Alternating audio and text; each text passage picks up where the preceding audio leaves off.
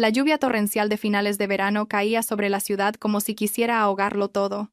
El agua golpeaba con fuerza el parabrisas, creando un repiqueteo impaciente. Me recliné, cansada, en el asiento del conductor, y miré el reloj del salpicadero, que marcaba más de las 9 de la noche. Un día más, salía de la oficina cuando la ciudad ya estaba iluminada.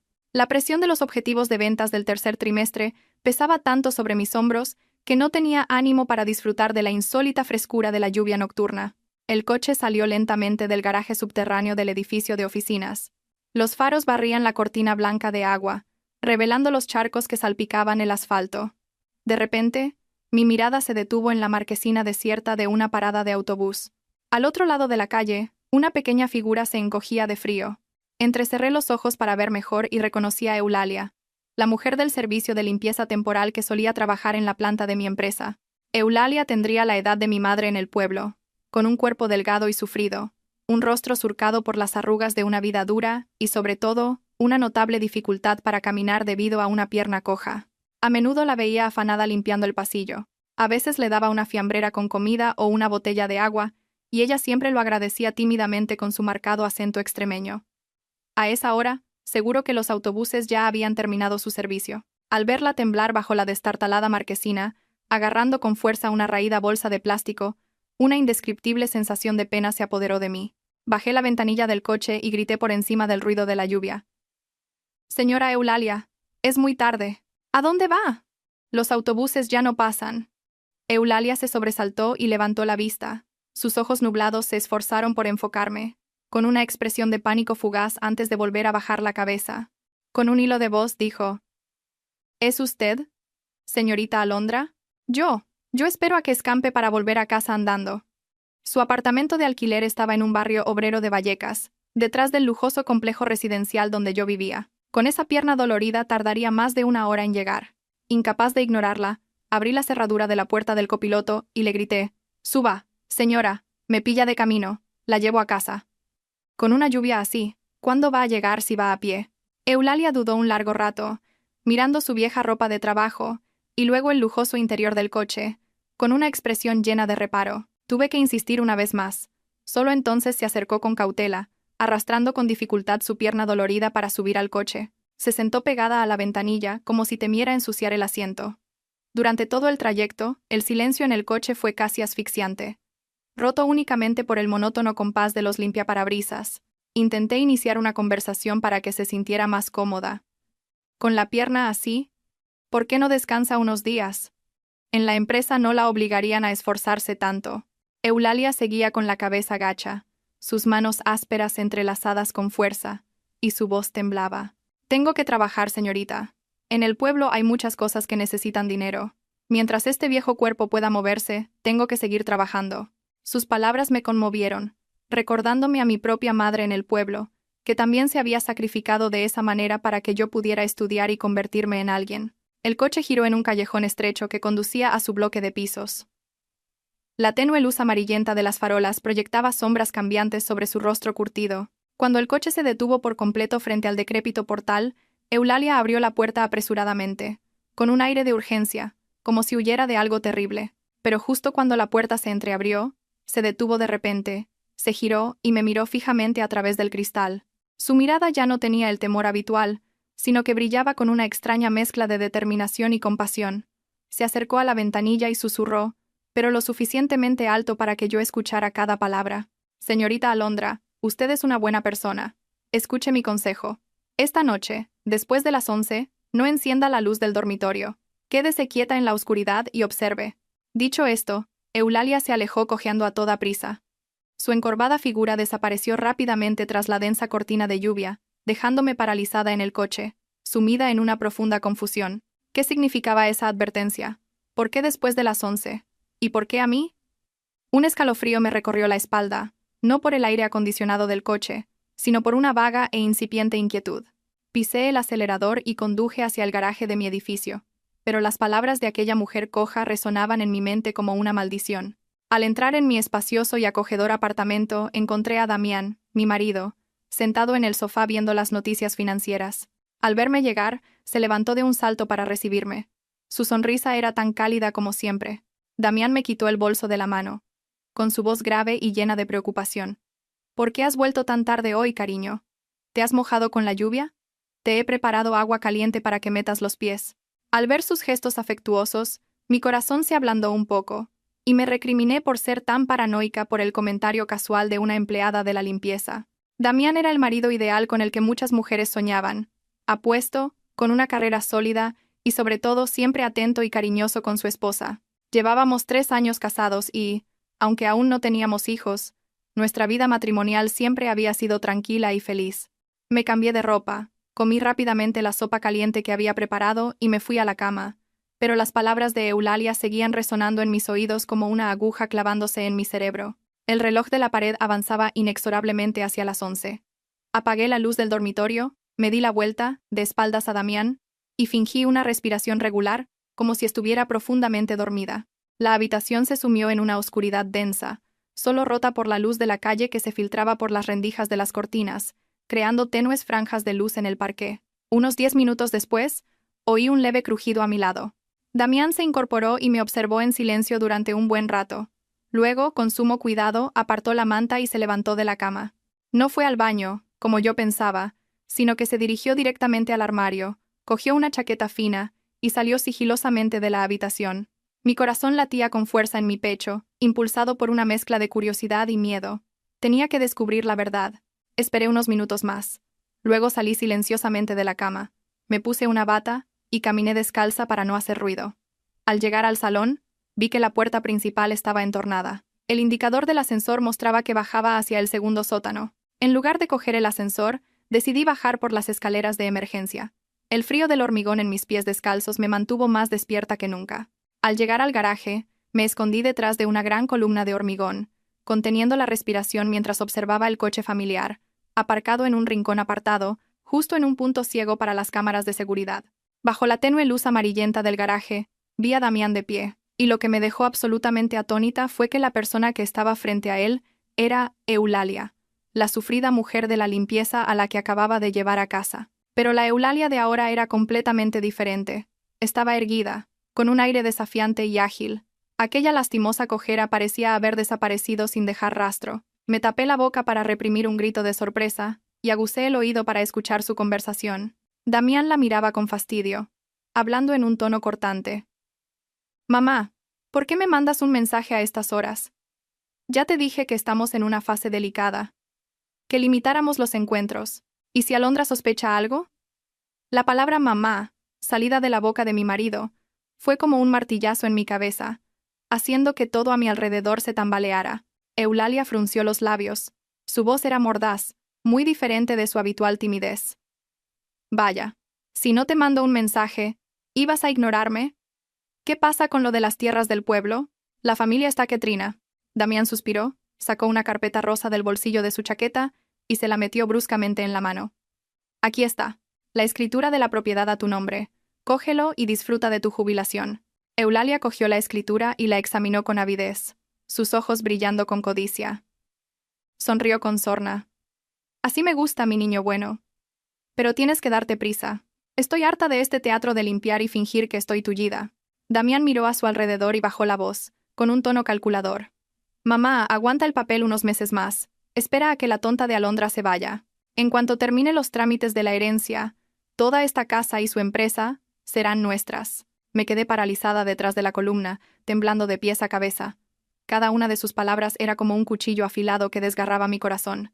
El hombre con el que compartía mi vida, el que me susurraba palabras de amor cada día, resultaba ser un demonio disfrazado de ángel, conspirando con su propia madre para quitarme la vida y apoderarse de mis bienes. La carpeta roja en las manos de ella era tan roja como la sangre, el precio que pagaban por su falsa comedia de piedad. Y la víctima de esa obra cruel no era otra que yo. Damián se dio la vuelta y caminó hacia el ascensor, con un aire despreocupado, como si acabara de saldar una deuda de gratitud y no de sobornar a su madre para comprar la vida de su esposa. Sabía que no podía esperar ni un segundo más. Si me encontraba allí, todo se descubriría y no tendría escapatoria. Corrí desesperadamente por las escaleras de emergencia. Los fríos y ásperos escalones de hormigón me herían las plantas de los pies, pero ese dolor físico no era nada comparado con la herida que sangraba en mi corazón. Al llegar a la puerta del apartamento, intenté calmar mi respiración agitada Me arreglé el pelo revuelto y entré sigilosamente. Me metí en la cama y me tapé la cabeza con la manta, fingiendo dormir. A los pocos minutos, oí el sonido de la cerradura y los pasos familiares de Damián. No entró directamente en el dormitorio, sino que fue a la cocina.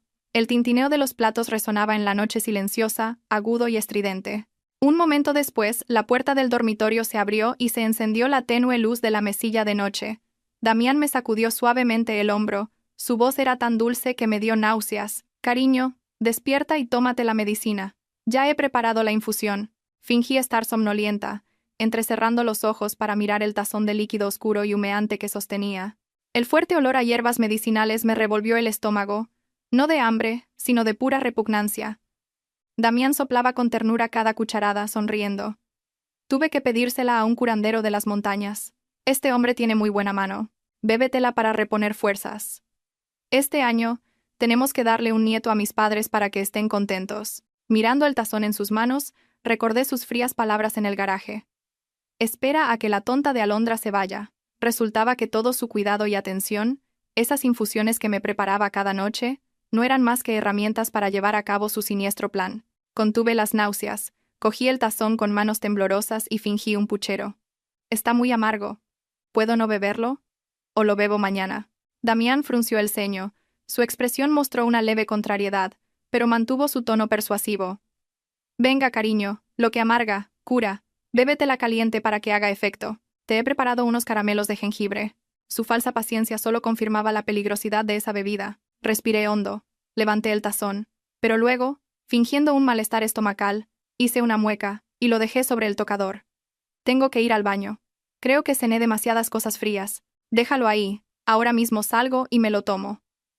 Sin esperar a que Damián reaccionara, cogí el tazón y corrí al baño, cerrando la puerta con pestillo. En ese espacio reducido, vertí temblando la mayor parte del líquido en el inodoro y tiré de la cadena. El sonido del agua arrastrando aquel líquido negruzco fue como ver arrastrada la última pizca de confianza que tenía en mi marido. Sin embargo, con rapidez mental, guardé un poco de la infusión en un frasco vacío de una crema facial que aún no había tirado y lo escondí en el fondo de la papelera, bajo unos algodones desmaquillantes. Me lavé la cara con agua fría para recuperar la compostura. Al ver mi rostro pálido en el espejo, me dije a mí misma que tenía que actuar de forma convincente. Al salir con el tazón vacío, vi que Damián lo miraba y sonreía satisfecho. Se acercó y me dio un suave beso en la frente. Muy bien, mi amor. Sigue cuidándote. Con un hijo, la casa será mucho más alegre. Volveré del trabajo con el corazón contento. Esa noche, acostada de espaldas a Damián, sentí la respiración regular del hombre que una vez fue mi mundo entero. Ahora me resultaba tan extraño y aterrador. Saqué sigilosamente el móvil de debajo de la almohada y le envié un mensaje a Valeria, mi mejor amiga, que trabajaba como médico forense en un gran hospital. Valeria, te envío una muestra de unas hierbas medicinales. Necesito que la analices urgentemente. Quiero saber qué contiene, porque desde que lo tomo se me cae el pelo, no duermo bien y tengo un malestar general. El mensaje se envió y la pantalla se apagó, devolviendo la oscuridad a la habitación, donde solo reinaban el cálculo y la mentira.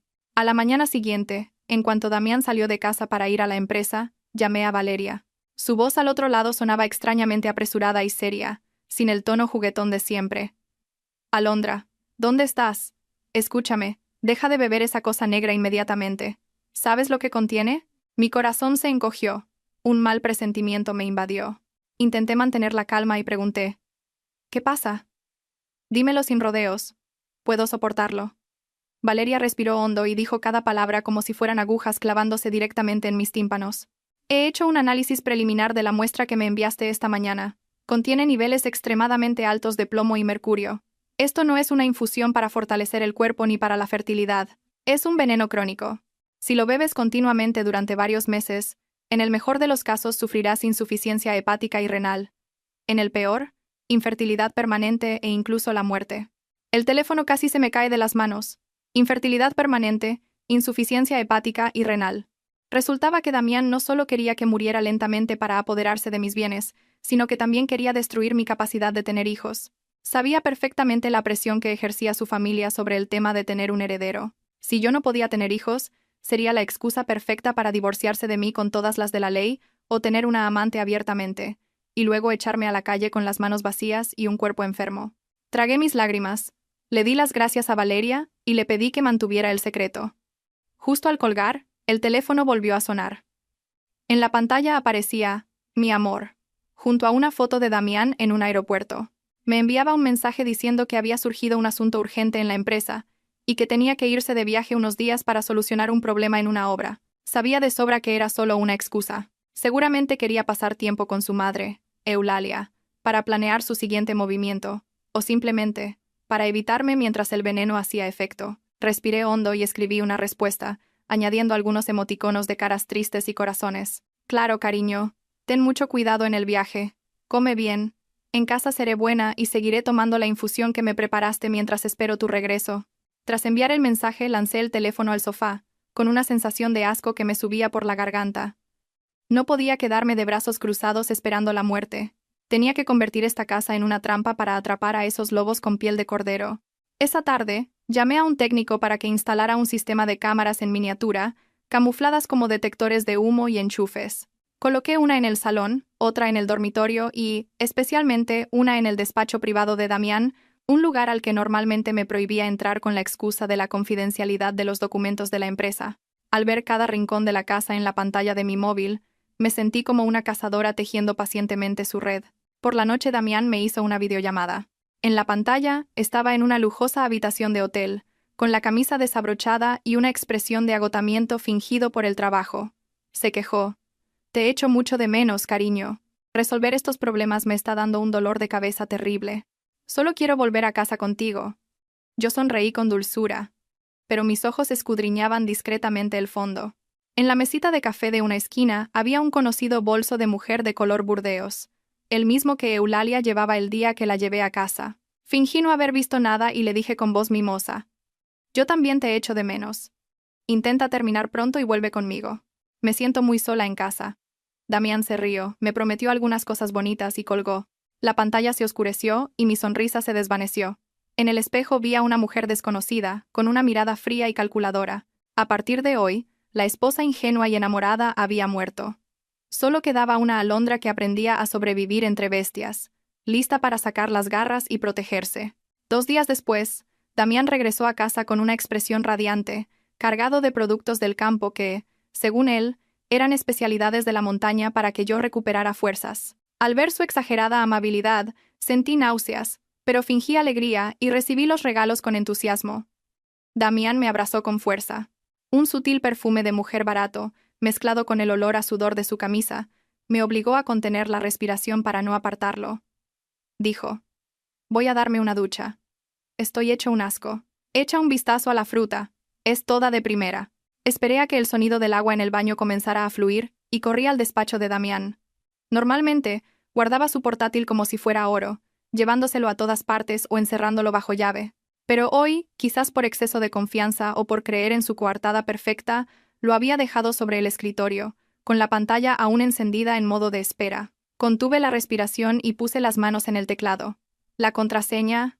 Seguía usando mi fecha de cumpleaños como contraseña para todo, como una muestra de su amor fiel e inquebrantable. Introduje la conocida secuencia de números.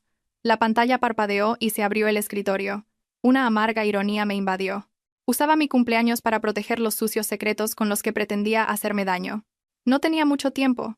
Con manos temblorosas, abrí el navegador para revisar el historial de transacciones bancarias. La cuenta conjunta donde yo ingresaba regularmente mi sueldo y los beneficios de la empresa, destinada a ahorrar para una casa nueva, estaba ahora desoladoramente vacía. En su lugar, había una serie de transferencias a cuentas desconocidas con conceptos como pago de consultoría o colaboración de inversión. Las cantidades ascendían a decenas de miles de euros por transferencia. En total, se habían evaporado casi $500,000 de euros. Rápidamente, hice fotos de las transacciones con el móvil y seguí buscando en las carpetas del disco duro. En una carpeta oculta llamada Varios referencias, encontré un archivo de Excel titulado Plan a 5 años. La curiosidad me pudo. Al abrirlo, me encontré con una hoja de cálculo detallada hasta un punto escalofriante. No era un plan de desarrollo de la empresa, sino una hoja de ruta para desviar activos y planificar mi muerte. Cada fila y columna lo dejaba dolorosamente claro. Fase 1. Desvío de capital a empresa pantalla. Completada. Fase 2. Contratación de seguro de vida de máxima cobertura. En proceso. Fase 3. Incidente de salud natural de la esposa. Previsto para el cuarto trimestre de este año. La frase, previsto para el cuarto trimestre, era como una sentencia de muerte con fecha y hora, fría y cruel. Me di cuenta, horrorizada, de que Damián no actuaba por impulso, sino que había planeado todo meticulosamente durante años, desde que nos casamos. Desde fuera, el sonido del agua en el baño cesó de repente. Mi corazón parecía querer salirse del pecho.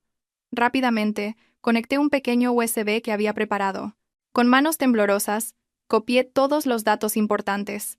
La barra de progreso avanzaba lentamente, como si se burlara de mí. 90%. 95%. Oí los pasos de Damián saliendo del baño, su silbido cada vez más cerca. 99%. 100%. Saqué el USB de un tirón, lo metí en el bolsillo del pantalón, devolví la pantalla a su estado original y retrocedí sigilosamente hacia la puerta. Justo en ese momento, Damián entró en el despacho, envuelto solo en una toalla, con el pelo aún mojado. Al verme allí, sus ojos brillaron con una afilada sospecha y su sonrisa se congeló. ¿Qué haces aquí, cariño? Pensé que estabas preparando la fruta en el salón. Intenté mantener la calma, esbocé la sonrisa más inocente posible y señalé la estantería detrás de él.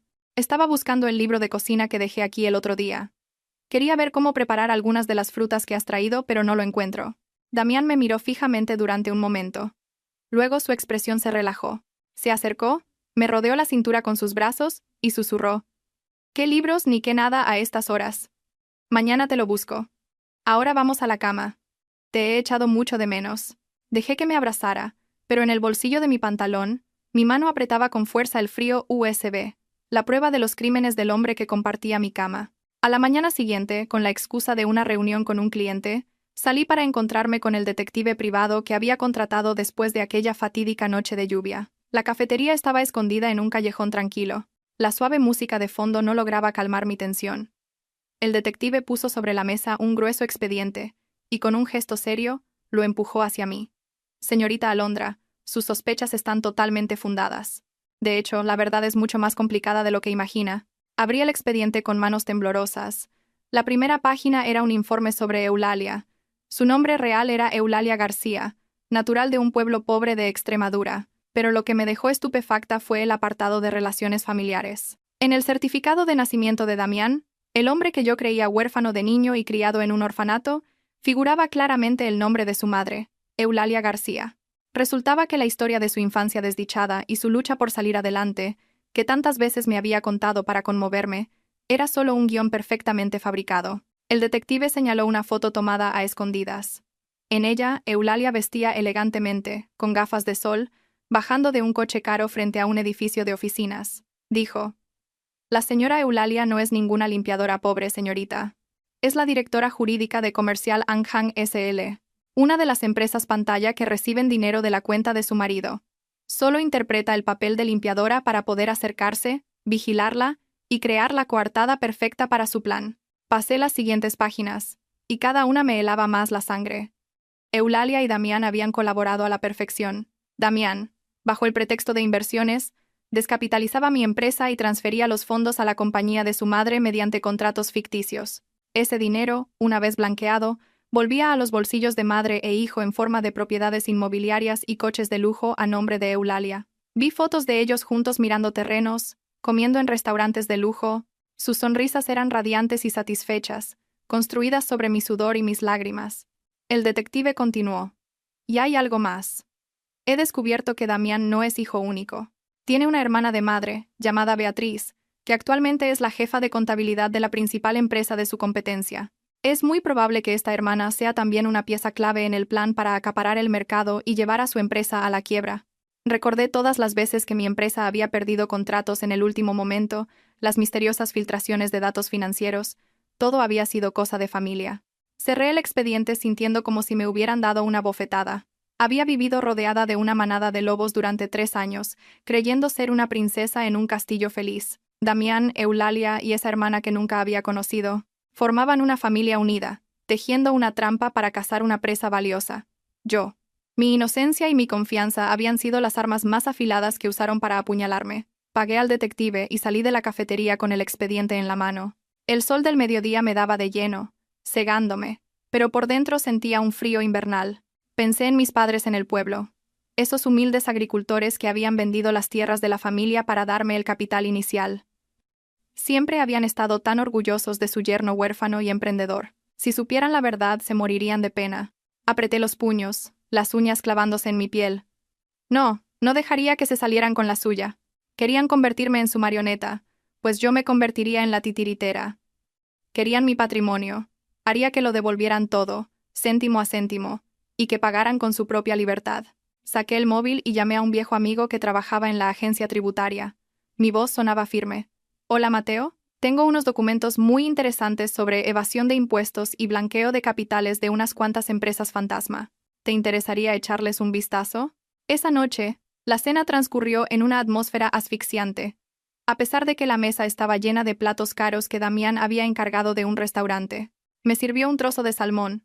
Sus ojos brillaban con una falsa ternura, pero en el fondo se adivinaba una impaciencia mal disimulada. Después de recoger, Damián me llevó al salón y colocó solemnemente sobre la mesa una gruesa carpeta de cuero azul oscuro, con el logo de una prestigiosa compañía de seguros. Me cogió la mano. Su voz sonaba grave y persuasiva. Cariño, últimamente viajo mucho por trabajo y viendo tantos accidentes me preocupo. Lo he pensado bien. Deberíamos contratar un seguro de vida, como una inversión para el futuro. Si pasara algo, al menos el que se queda estaría cubierto. Sus palabras sonaban responsables, las de un verdadero pilar de la familia. Si hubiera sido la Alondra de hace un mes, me habría emocionado hasta las lágrimas. Pero ahora, mirando esa carpeta, sentía un escalofrío, como si estuviera viendo mi propia sentencia de muerte. Cogí el contrato y pasé las páginas. Las cifras y cláusulas bailaban ante mis ojos, pero alcancé a ver la línea más importante. El único beneficiario en caso de mi fallecimiento era Damián Ruiz, cónyuge legal, con una indemnización de varios millones de euros. Un cálculo perfecto. Usar mi dinero para comprar mi vida, y luego usar mi vida para enriquecerse. Levanté la vista y me encontré con la mirada inquisitiva de Damián. Esbocé una sonrisa inocente. «Qué previsor eres, amor. Si estoy perfectamente sana. Pero bueno, si tú lo has decidido, te haré caso. Aunque hay muchas cláusulas. Mañana lo llevaré a la empresa para que la contable le eche un vistazo y luego lo firmo». Damián se tensó un instante. Su sonrisa se rigidizó. «No hace falta molestar a nadie. Ya lo he revisado a fondo. Fírmalo y mañana mismo lo entrego para aprovechar la promoción». Fingí un largo bostezo y me froté los ojos con aire mimoso. «Ay, me muero de sueño. Con la cabeza así a ver si voy a firmar algo mal. Mañana, cariño. Con el dinero hay que ser cuidadosa». Al ver mi firmeza, Damián tuvo que ceder, pero su rostro mostraba una clara decepción. Esa noche, cuando Damián ya roncaba, volví a llevar sigilosamente el tazón de su infusión al baño. Esta vez, por la prisa y el miedo, al verter el líquido en el inodoro, mi mano golpeó la tapa, y unas gotas salpicaron el borde de porcelana blanca. Aterrorizada, lo limpié con papel higiénico, con el corazón a punto de salírseme del pecho. Un pequeño descuido. Si descubría que no me tomaba la infusión, todo mi esfuerzo y paciencia se irían al traste. Tiré de la cadena 2 veces. Revisé cada rincón cuidadosamente y regresé a la cama de puntillas. Acostada junto al hombre que planeaba matarme por el dinero del seguro, di vueltas toda la noche, sintiéndome como si estuviera sobre un lecho de brasas, quemándome de miedo y repugnancia. A la mañana siguiente, llegué a la empresa con ojeras después de una noche en vela, pero una gruesa capa de maquillaje disimulaba mi cansancio. Apenas me senté, recibí un informe del departamento técnico sobre el proyecto Aurora, mi proyecto más importante del año. Los datos del informe presentaban un problema grave. Nuestra oferta se había filtrado a la competencia, que había presentado una propuesta con una diferencia de precio mínima, una coincidencia demasiado increíble para ser casual. Llamé al jefe de informática y le pedí que revisara las cámaras y el historial de acceso a los datos internos. El resultado me dejó helada. La persona que había accedido al archivo confidencial en mitad de la noche no era otro que Adrián, el asistente al que yo consideraba casi un hermano. Adrián había entrado en la empresa como becario, y yo misma le había enseñado todo. Incluso cuando su madre enfermó, no dudé en ayudarle económicamente. Y ahora, era él quien me apuñalaba por la espalda. Llamé a Adrián a mi despacho, cerré la puerta y corrí las cortinas. Entró con una expresión nerviosa, retorciéndose las manos. No le grité, ni le regañé. Simplemente giré la pantalla del ordenador hacia él. En ella se veía el vídeo de él copiando los datos a escondidas. El rostro de Adrián se puso pálido como la cera. Tembloroso, se arrodilló en el suelo, su voz quebrada. «Jefa». Alondra. Lo siento mucho. Lo miré, con el corazón roto, pero mantuve un tono tranquilo y frío. ¿Por qué? ¿No te he tratado bien? ¿El sueldo que te pago no es suficiente para que tengas que vender tu conciencia? Adrián rompió a llorar. Las lágrimas corrían por su joven rostro. No quería hacerlo, jefa. Pero mi madre tiene cáncer en fase terminal y necesita dinero urgente para la operación. El señor Damián. Él me prometió que si le ayudaba a conseguir esta información, me daría 200.000 euros para salvar a mi madre. El nombre de Damián, saliendo de la boca de Adrián, fue una revelación. Resultaba que sus tentáculos llegaban hasta mi propia empresa, sobornando a mi persona de mayor confianza. No solo quería matarme en casa, sino que también quería destruir mi medio de vida, la carrera que tanto me había costado construir. Mirando a Adrián, que se golpeaba la cabeza contra el suelo arrepentido, sentí una mezcla de ira y compasión.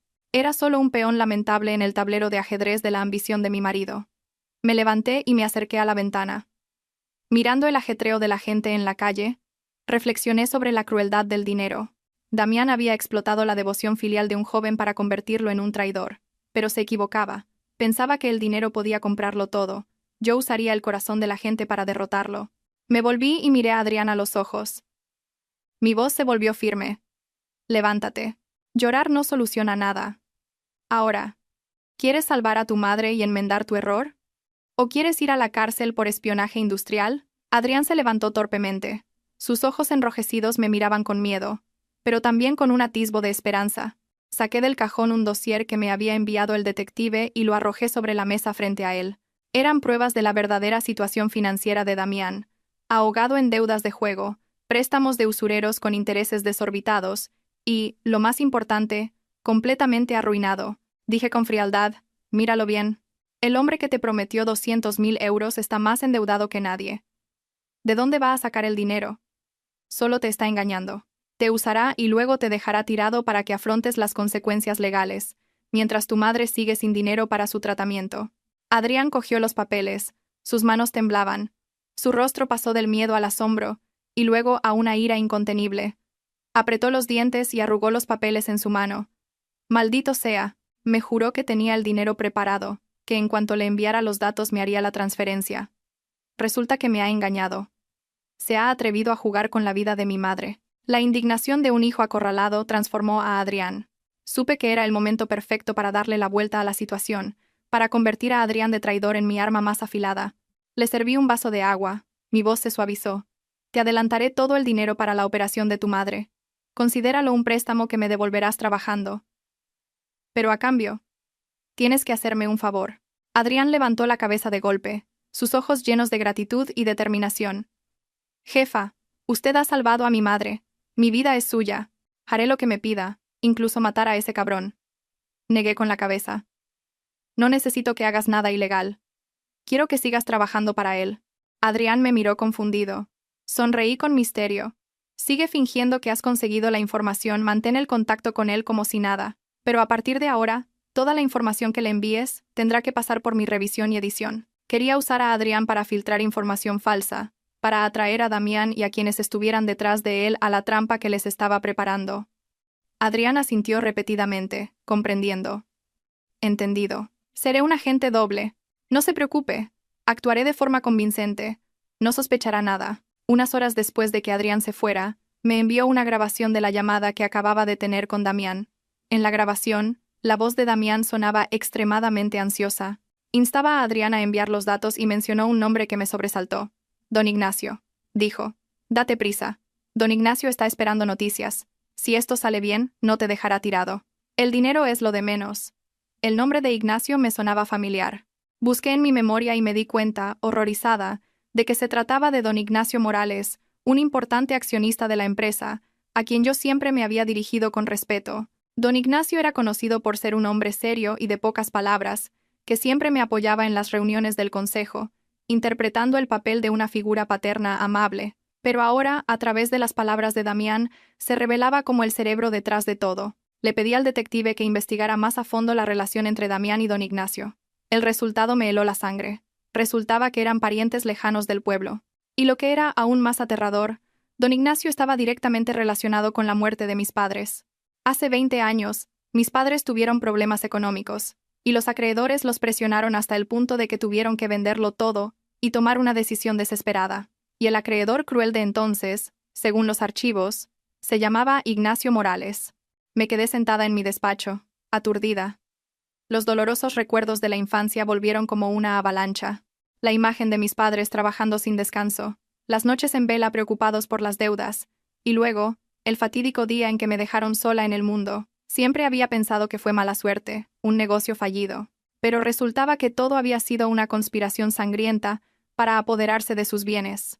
Don Ignacio había llevado a mis padres a la muerte para quedarse con su fábrica, y ahora usaba a su sobrino nieto, Damián, para devorar la empresa que yo había construido sobre las cenizas. El odio estalló en mi interior como un fuego voraz, consumiendo el último resquicio de humanidad que me quedaba. Esto ya no era solo una lucha por proteger mi patrimonio o mi matrimonio, era una venganza familiar, una deuda de sangre que debía pagarse con sangre. Él había fingido ser una buena persona durante todos estos años, viéndome crecer, viéndome luchar. Seguro que se regodeaba al ver a la hija de su enemigo confiar tanto en él. Me sequé las lágrimas. Mi mirada se volvió más fría y decidida que nunca. Don Ignacio, Damián y toda esa familia de traidores. No dejaría que ninguno de ellos descansara en paz. Cogí el teléfono y llamé a mi abogado personal.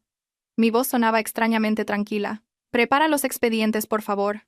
Quiero revisar todo el proceso de transferencia de acciones de don Ignacio hasta la fecha y también el caso de la muerte de mis padres de hace 20 años. Esa mañana, el cielo estaba plomizo, con nubes oscuras que presagiaban una gran tormenta, al igual que mi corazón embravecido. Damián se había levantado muy temprano. Me eligió un elegante vestido de color crema, me peinó y me apresuró. Vístete rápido. He quedado en la notaría a las 9. Si llegamos tarde, nos pondrán pegas. Ver su nerviosismo me provocó una mezcla de risa y amargura.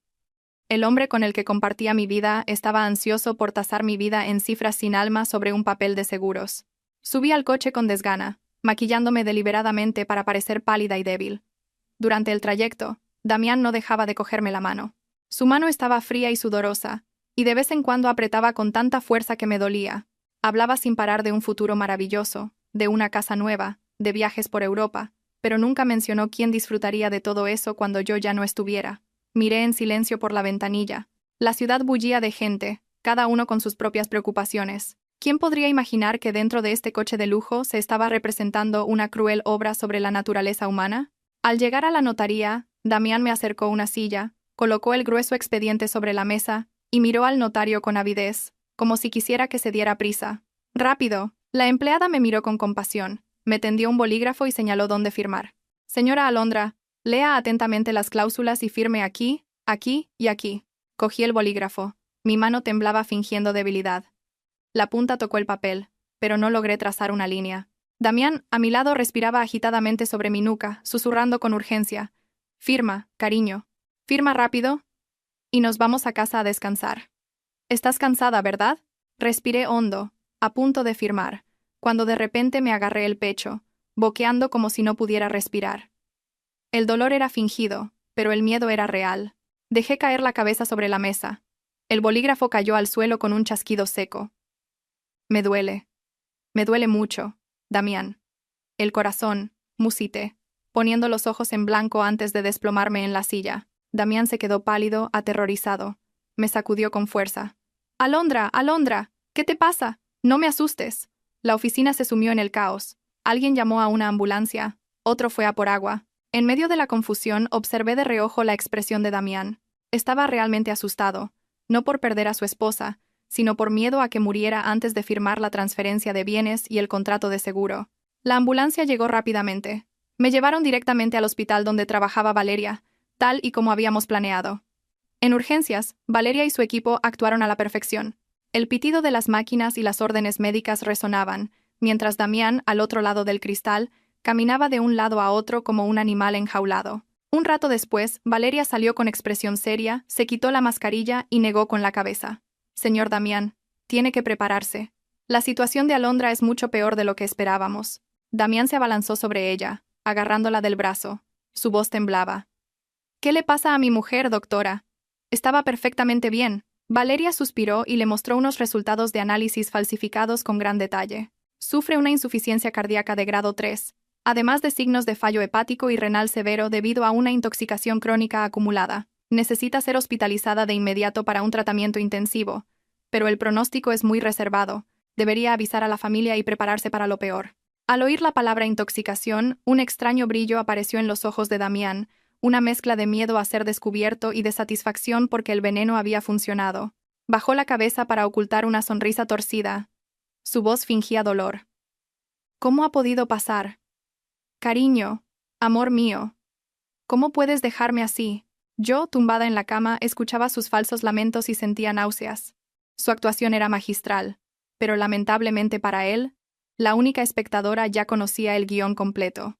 La habitación VIP del hospital, blanca y con un fuerte olor a desinfectante, estaba tan silenciosa que se podía oír el goteo del suero. Damián se había ido a casa a por mis cosas, aunque en realidad era para informar de la situación a su madre y a don Ignacio. Sola en la cama, saqué el móvil, entré en Facebook y empecé a escribir un estado. Lo configuré para que solo pudieran verlo Damián, su familia y algunos amigos comunes cercanos, asegurándome de que la información llegara a los oídos adecuados. La vida es tan impredecible. Tumbada en la cama de un hospital me doy cuenta de que el dinero y el prestigio no son más que vanidad. Los médicos dicen que el pronóstico es malo. No sé cuánto tiempo me queda. Si algo me pasara, deseo donar todo mi patrimonio, mis acciones y mis ahorros a una fundación benéfica para niños huérfanos. Al menos, dejaré un poco de bien en este mundo, con la esperanza de tener una vida en paz en la próxima. Junto al texto, una foto de mi mano con la vía intravenosa, pálida y delgada sobre la sábana blanca. Menos de 30 minutos después, la puerta de la habitación se abrió de golpe. Damián entró como un torbellino, sudando y sin aliento, como si hubiera corrido un maratón. Me miró fijamente, sus ojos inyectados en sangre, sin rastro de su falsa ternura. Me mostró el teléfono. Su voz era un gruñido. ¿Estás loca?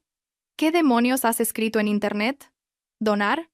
¿Ese dinero es el sudor y las lágrimas de años? ¿Cómo se te ocurre dárselo a extraños? Lo miré, parpadeando con inocencia. Mi voz era un débil susurro. ¿Qué te pasa?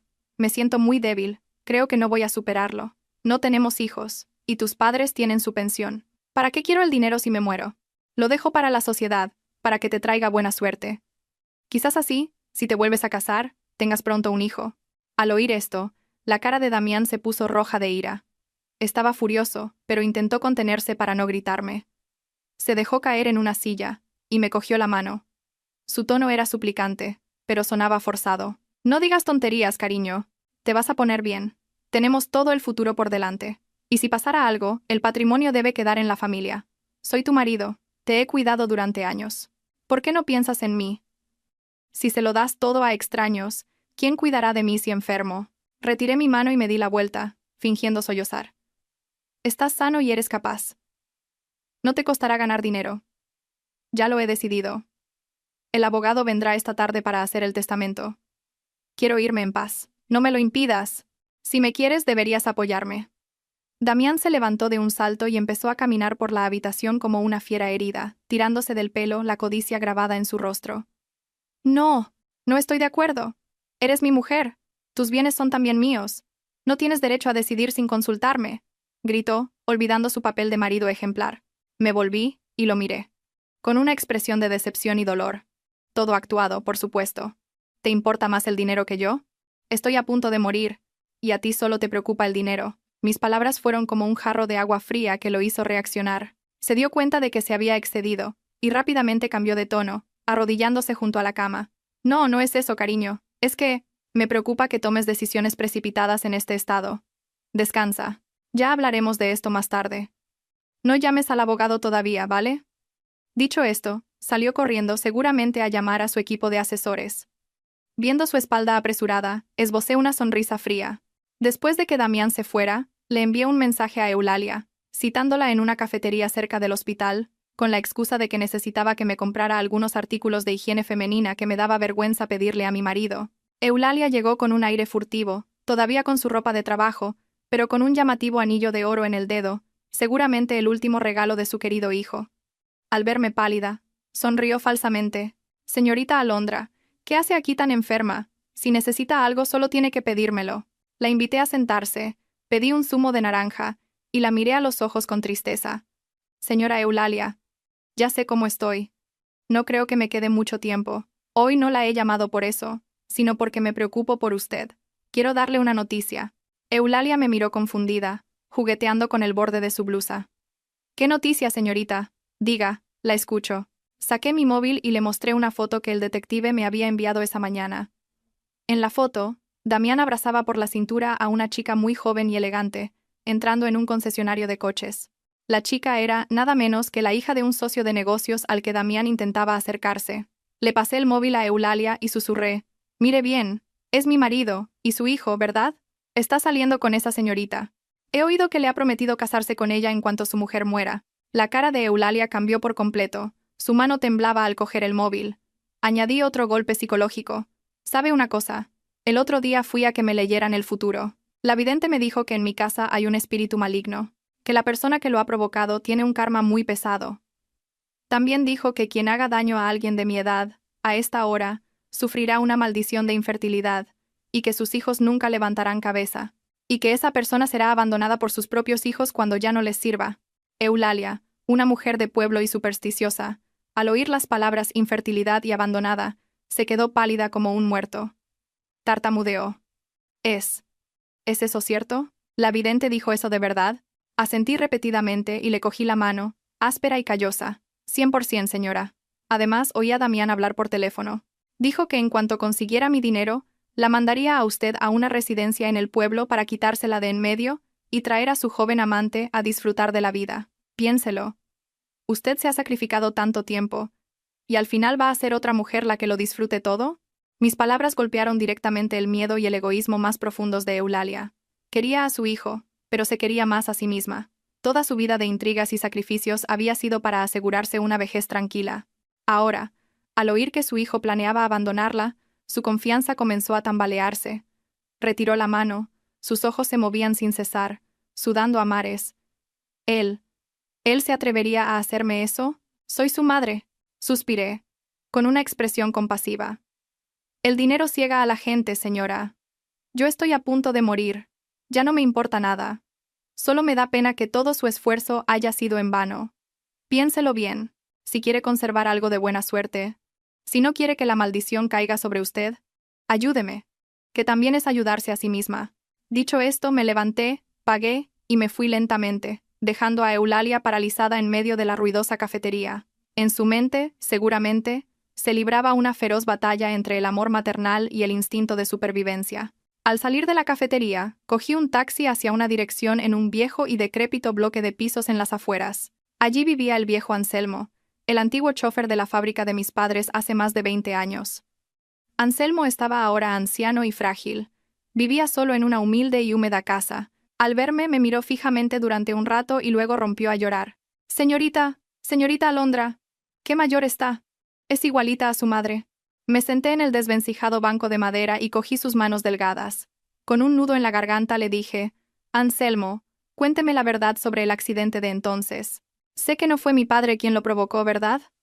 Anselmo tembló. Sus ojos reflejaban un miedo atroz, como si reviviera un recuerdo terrible. Se acercó al pequeño altar familiar y sacó de detrás de un incensario una caja de metal oxidado. Dentro había un viejo diario y un anticuado USB.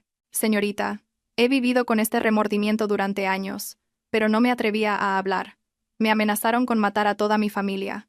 Aquel fatídico día, oí con mis propios oídos a Ignacio. Bueno, a don Ignacio ahora. Ordenar a sus hombres que cortaran los frenos del camión de su padre. Intenté avisar, pero sus matones me atraparon, me dieron una paliza de muerte, y me amenazaron con que si decía una palabra, mi mujer y mis hijos no vivirían para contarlo», dijo Anselmo, llorando. Abrí el diario. La letra torcida de Anselmo registraba con detalle la fecha, la hora, la matrícula del vehículo y los sospechosos encuentros entre don Ignacio y un joven con una cicatriz en la cara. ¿Y este USB? Damián. Lo encontré por casualidad en el coche de Damián. En aquel entonces, era solo un adolescente que ya seguía a don Ignacio. Se le cayó un día que vino a la fábrica a armar jaleo. Conecté el USB a mi portátil. Una grabación con mucho ruido de fondo, pero se oía claramente la voz juvenil pero calculadora de Damián y la voz grave de don Ignacio. «No te preocupes, tío. Lo haré sin dejar rastro. Solo tienes que darle a mi madre el terreno del pueblo como prometiste». «Muy bien, sobrino. Cuando esto acabe, te adoptaré como a un hijo y te enseñaré a hacerte rico. La familia de esa Alondra pronto estará acabada». Al oír esto, cerré el portátil, sintiéndome helada. La tragedia de mi familia no fue un capricho del destino, sino una conspiración tejida con codicia y crueldad que abarcaba 2 generaciones. Damián había sido entrenado por don Ignacio desde niño para convertirse en un demonio chupasangre, y yo era la presa que habían estado engordando para el matadero. Miré las fotos de mis padres en el altar de Anselmo y prometí en silencio: papá, mamá, siento haber acogido a un enemigo en casa durante tantos años, pero os juro que les haré pagar por cada gota de sangre y cada lágrima que nuestra familia ha derramado. Esta deuda la cobraré, sin perdonar un céntimo. Me despedí de Anselmo y salí del barrio. El sol comenzaba a ponerse, pero en mi corazón el fuego del odio y la determinación ardía más fuerte que nunca, iluminando el difícil camino que tenía por delante. Adrián me citó en una tranquila librería café, escondida en un pequeño callejón, un lugar discreto para evitar los oídos de Damián. Puso sobre la mesa un USB negro y una gruesa pila de fotocopias. El sudor perlaba su frente, a pesar del aire acondicionado. Empujó los documentos hacia mí y susurró, sin poder ocultar su temblor: jefa, esta es toda la contabilidad real de las 3 empresas pantalla, a nombre de la señora Eulalia. Tuve que aprovechar que él estaba borracho para cogerle las llaves de la caja fuerte de su despacho y fotocopiarlo todo. Cogí los documentos y pasé las páginas. Las cifras me marearon. Comercial Anghang, Consultoría Prosperidad y otra empresa de importación-exportación fantasma.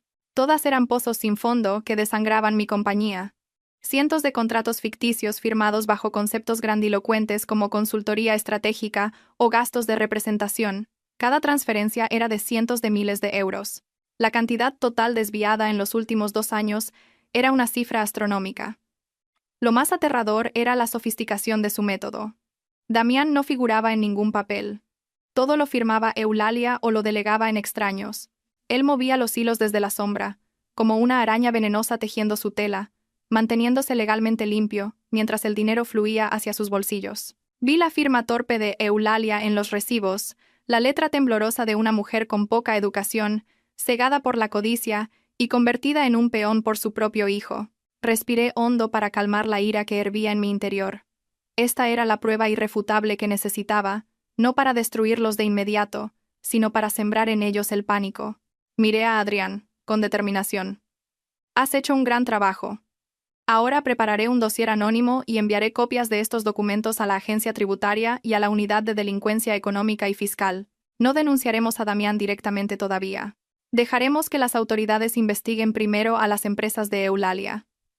Adrián asintió, comprendiendo mi intención. ¿Quiere agitar el árbol para asustar a los pájaros? ¿Para que ellos mismos entren en pánico? Sonreí fríamente. Exacto. Cuando Hacienda les investigue, Eulalia será la primera en caer. Se asustará, buscará a Damián. Entonces Damián tendrá que enfrentarse a la presión de la ley y de su madre aterrorizada. Veremos qué tan fuerte es su amor maternal frente al peso de unas esposas. Esa misma tarde envié 3 paquetes anónimos a las autoridades a través de un servicio de mensajería. Por la noche, cuando Damián llegó a casa, parecía extrañamente inquieto. Su teléfono sonaba sin parar, pero no se atrevía a contestar delante de mí y se escondía en el balcón. A través de la cámara de vigilancia que había instalado, le oí gritar en voz baja: «Mamá, cálmate. Es solo una citación para declarar. No te van a detener. No te pongas así. Di que has perdido los libros de contabilidad. Que no recuerdas nada. No digas tonterías». Viendo su nerviosismo a través de la pantalla, sonreí desde mi habitación. La tormenta no ha hecho más que empezar, Damián. ¿Querías usar mi dinero para construir tu propio imperio? Pues yo usaré ese mismo dinero sucio para enterrarte. A la mañana siguiente era la reunión mensual del Consejo de Administración. Según el guión de mi grave enfermedad, Damián esperaba que yo faltara o que, de asistir, fuera solo un fantasma. Había preparado un discurso grandilocuente para dirigir la reunión en mi lugar e incluso planeaba proponer una reestructuración financiera que, en realidad, era para legalizar más transferencias de capital a sus empresas pantalla. Me levanté temprano y me maquillé cuidadosamente para ocultar la palidez que había estado fingiendo. Me puse mi traje negro más imponente. Cuando entré en la sala de reuniones, se hizo un silencio sepulcral. Damián, que estaba en el estrado, se quedó con la boca abierta de asombro. Don Ignacio, sentado en el lugar de honor, entrecerró los ojos con recelo. Sonreí levemente, pero mi mirada afilada recorrió cada rostro. Disculpen el retraso. El médico me recomendó descansar, pero con la situación tan crítica de la empresa, no podía quedarme de brazos cruzados. Me dirigí directamente a la silla presidencial y le indiqué a Damián que volviera a su sitio. A regañadientes, bajó del estrado, con el rostro sombrío pero fingiendo preocupación. «Estás enferma, cariño. ¿Por qué no te quedas en casa? Yo puedo encargarme». No le respondí. Me giré hacia don Ignacio y dije en voz alta: «Señores, hoy no he venido a escuchar informes vacíos. Acabo de recibir información muy interesante de nuestra auditoría externa. Parece que los beneficios del último trimestre han caído drásticamente debido a inversiones ineficaces en socios estratégicos». Arrojé sobre la mesa una copia del dossier, hábilmente editada. El golpe del papel sobre la madera resonó en la sala.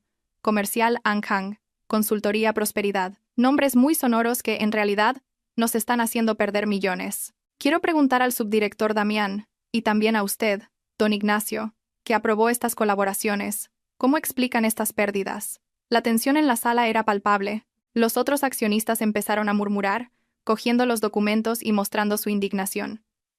Damián se levantó de un salto, rojo de ira. «Es una estrategia a largo plazo. Las pérdidas a corto plazo son normales», lo interrumpí. «¿Pérdidas a corto plazo o desfalco?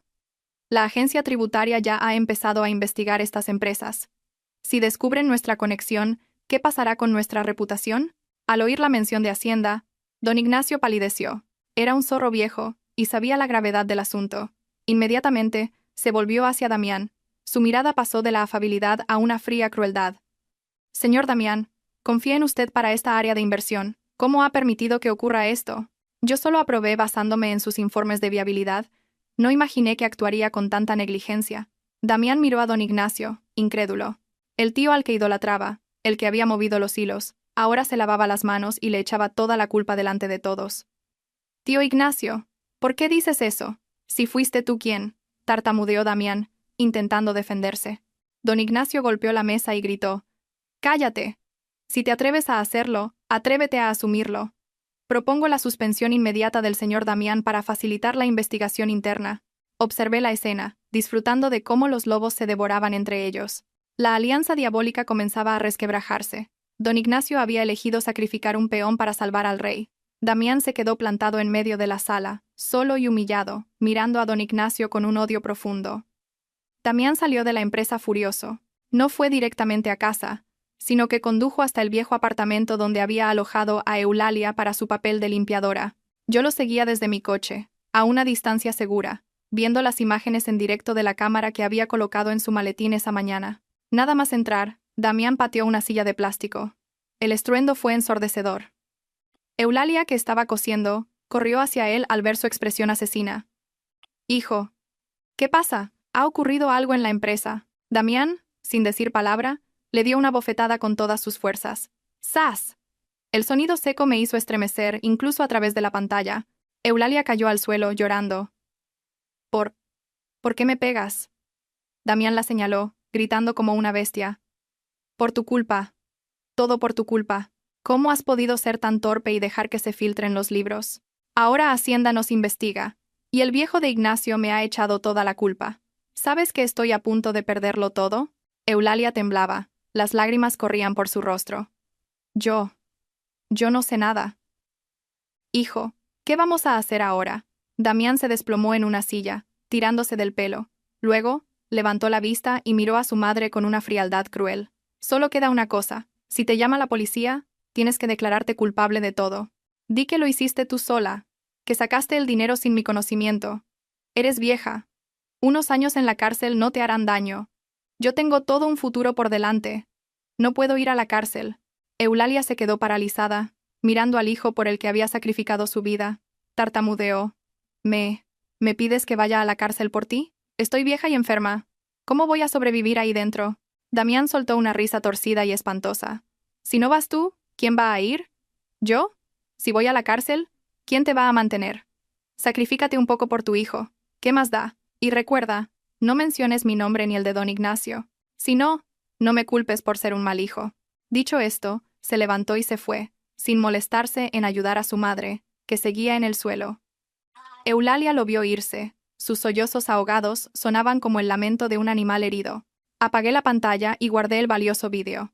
Ya no sentía compasión por ella, pero la crueldad de Damián me aterrorizaba. El dinero y la codicia lo habían convertido en un monstruo, capaz de pisotear incluso el amor maternal. Envié el vídeo al número secreto de Eulalia con un breve mensaje. Mire bien. Este es el hijo devoto por el que estaba dispuesta a sacrificarlo todo. ¿Va a ir a la cárcel para que él se case con otra y disfrute de la vida a costa de su sufrimiento? Sabía que este sería el golpe de gracia. La fe ciega de Eulalia había sido destrozada por su propio hijo. Ahora, ya no era una madre abnegada, sino una persona acorralada. Y la reacción de una madre traicionada sería terrible. A la mañana siguiente, recibí una llamada de un número desconocido. Era la voz temblorosa y ronca de Eulalia. «Señorita Alondra, quiero verla.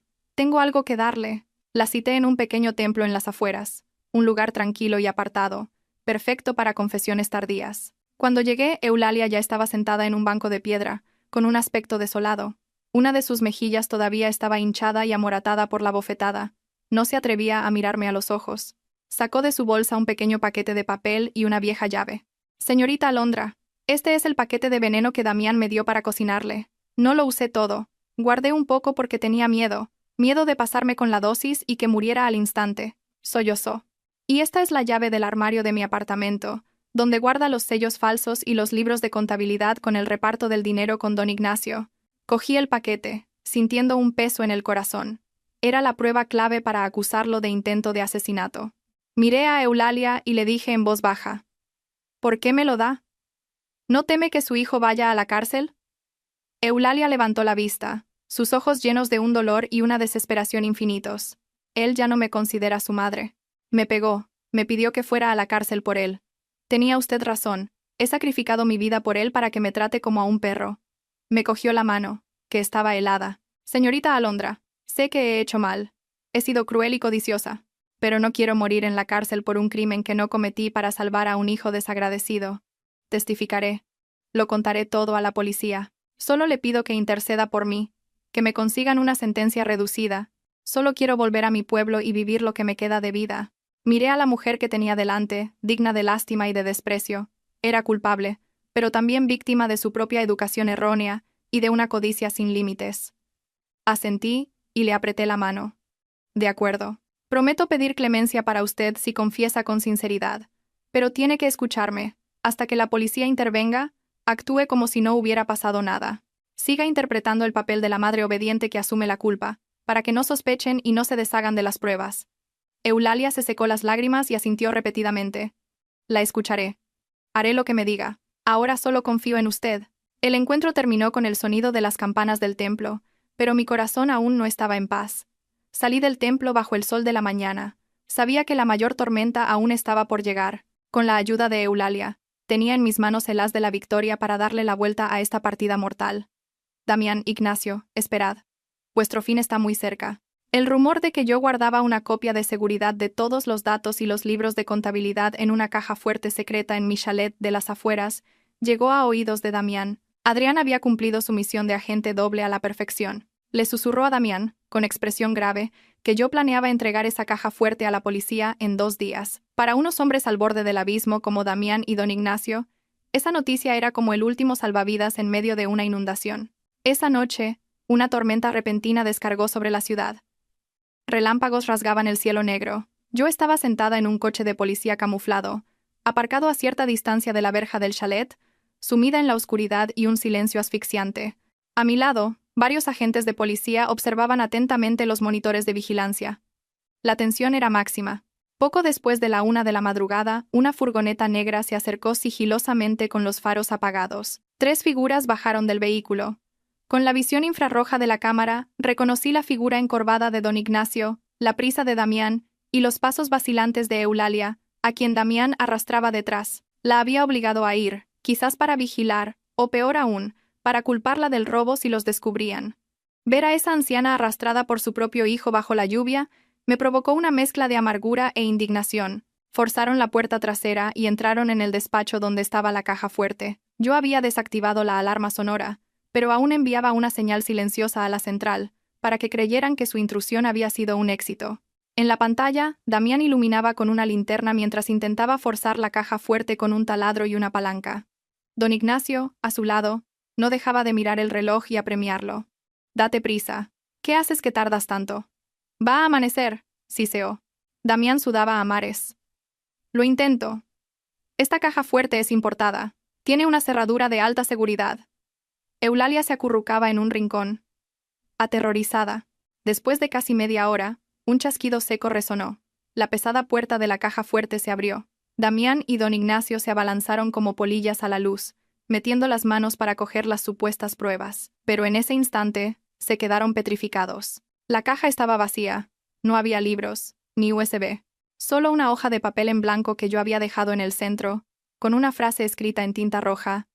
Bienvenidos al infierno. Cuando Damián cogió el papel, su rostro palideció. Don Ignacio se lo arrancó de las manos, lo arrugó y gritó: «Es una trampa. Corred». Pero era demasiado tarde. Al instante, potentes focos se encendieron alrededor del chalet, convirtiendo la noche en día. Las sirenas aullaron, rompiendo el silencio. «¡Policía! Todos quietos, suelten las armas y levanten las manos», resonó una voz por un megáfono. Don Ignacio, como un viejo zorro, intentó escapar por una ventana, abandonando a sus cómplices. Pero Damián, en su desesperación, no se rindió.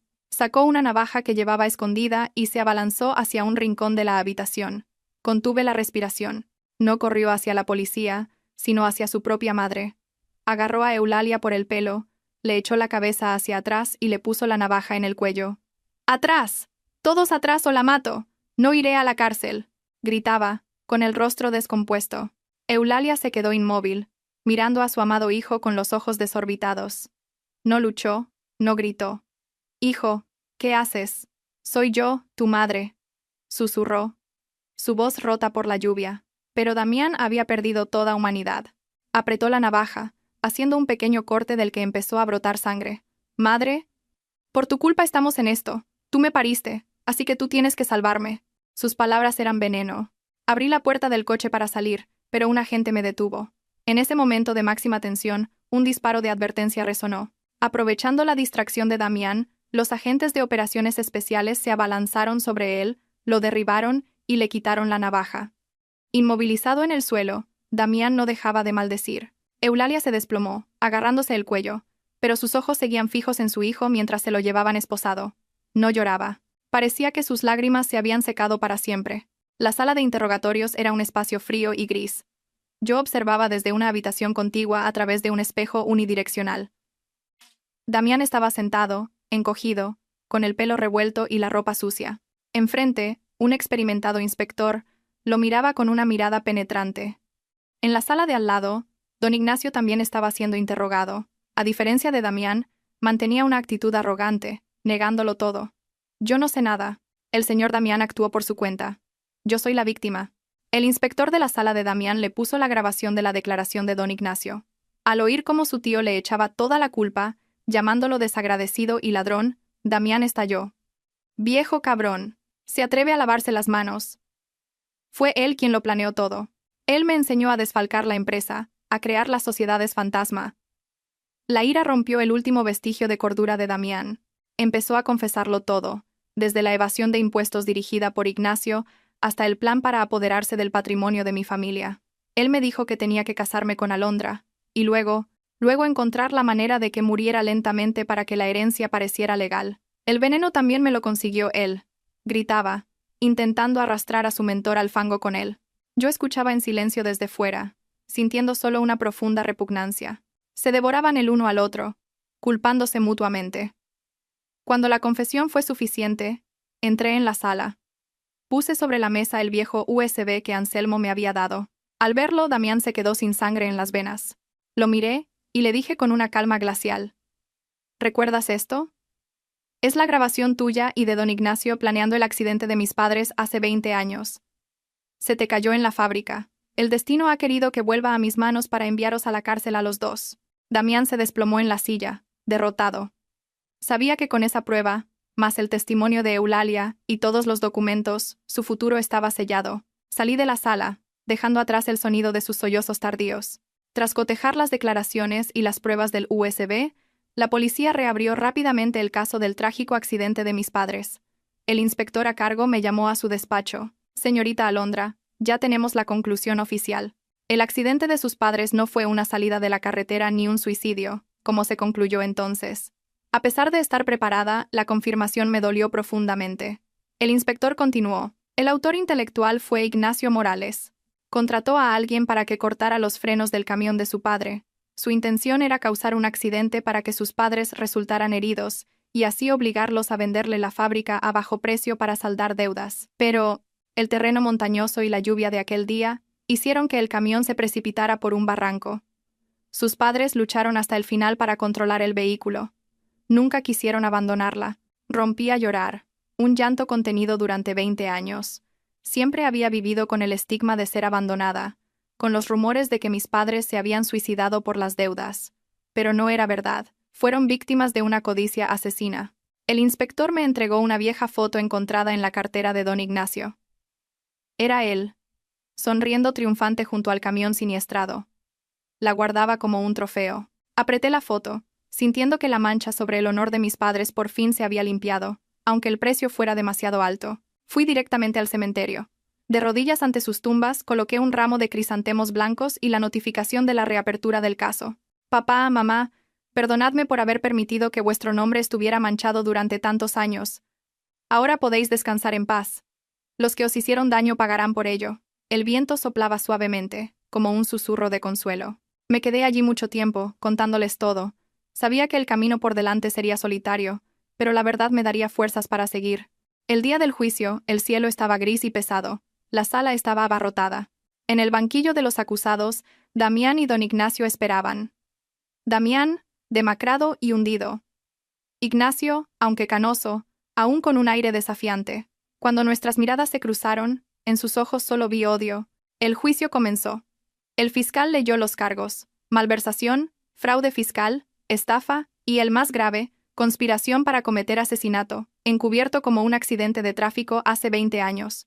Damián, cobarde como siempre, se derrumbó y confesó, culpando a su tío de haberlo manipulado.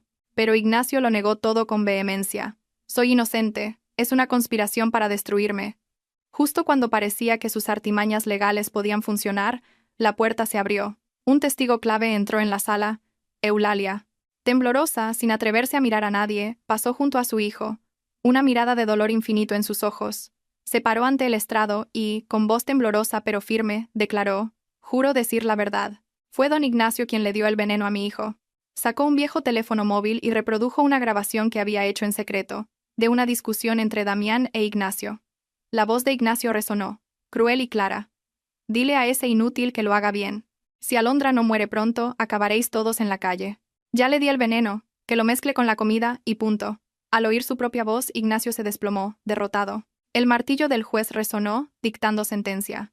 Ignacio Morales, autor intelectual del asesinato de mis padres y del intento de asesinato contra mí, fue condenado a prisión permanente revisable por asesinato y cadena perpetua por malversación, resultando en la máxima pena posible. Al oír la sentencia, gritó y se desmayó. Damián Ruiz, mi marido, fue condenado a prisión permanente revisable por intento de asesinato y complicidad en la malversación. Su mirada vacía se encontró con la mía, pero en mi corazón ya no había piedad. Eulalia, por su colaboración, recibió una pena de 3 años de prisión, suspendida. Lloró desconsoladamente, no de alivio, sino por el dolor de haber perdido a su hijo, a quien ella misma había empujado al abismo. Salí del juzgado. La lluvia había cesado, dejando un cielo despejado. Respiré hondo, sintiendo que un peso inmenso se había quitado de mis hombros. Había ganado la batalla legal, pero había perdido mi familia, mi marido y mi fe en el amor. Vi el furgón policial llevarse a Damián y a Ignacio y susurré: «Se acabó.